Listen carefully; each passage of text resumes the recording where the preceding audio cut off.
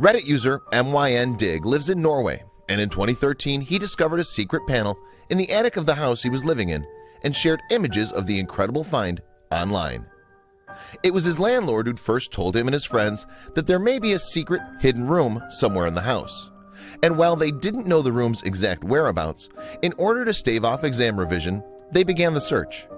Eventually, they arrived at the attic and lowered the ladder to gain access. Then they clambered up to the top level, only to initially find nothing more than an old IKEA bag and a dusty, disused rag. A subsequent closer look still revealed nothing. In fact, so well concealed was the room that the students almost didn't find what they were looking for altogether. Luckily, though, they didn't go away empty-handed. One of the students stretched against one of the attic's walls, and, as if by magic, it moved.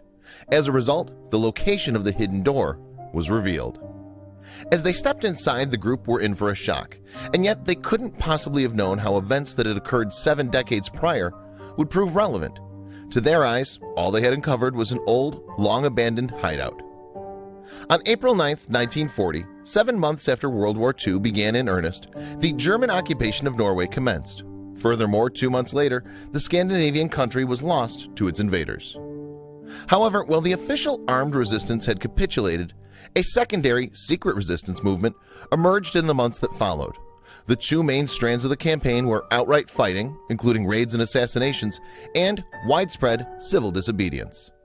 The latter involved everything from wearing paper clips as a sign of solidarity to completely ignoring Germans in public. Attempts were also made to quash Nazi propaganda through the printing of outlawed newspapers. Among the fascinating objects that the students discovered in the room was an old handwritten sign which had remained remarkably intact. Its roughly translated message read, "If you have a bad stomach, then you don't have access." The room also housed a crude-looking alarm system and a map of Western Europe. At this point, the situation surely began to seem slightly more serious than first imagined. Yet, while they didn't know exactly what they'd stumbled upon, MYNDig described his find as the best prize on Reddit. Meanwhile, several commenters advised the housemates to contact a local historian to see if they could provide more information. Before they had a chance to do so, however, they received a knock at the door from a local journalist and, indeed, a historian. Both had read about the students' findings online, and both were keen to give them the information they were after. The duo revealed that the room had indeed been part of the civil disobedience campaign. From December 1944 to March 1945, it was used to print illegal newspapers, and the historian even had a short video recording of the operation in action. Members of the resistance wrote stories obtained from the BBC's radio service.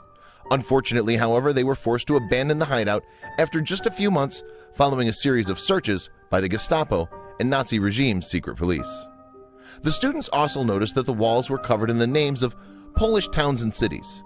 They assumed, therefore, that the newspaper staff had been tracking the Soviet advancement into the country.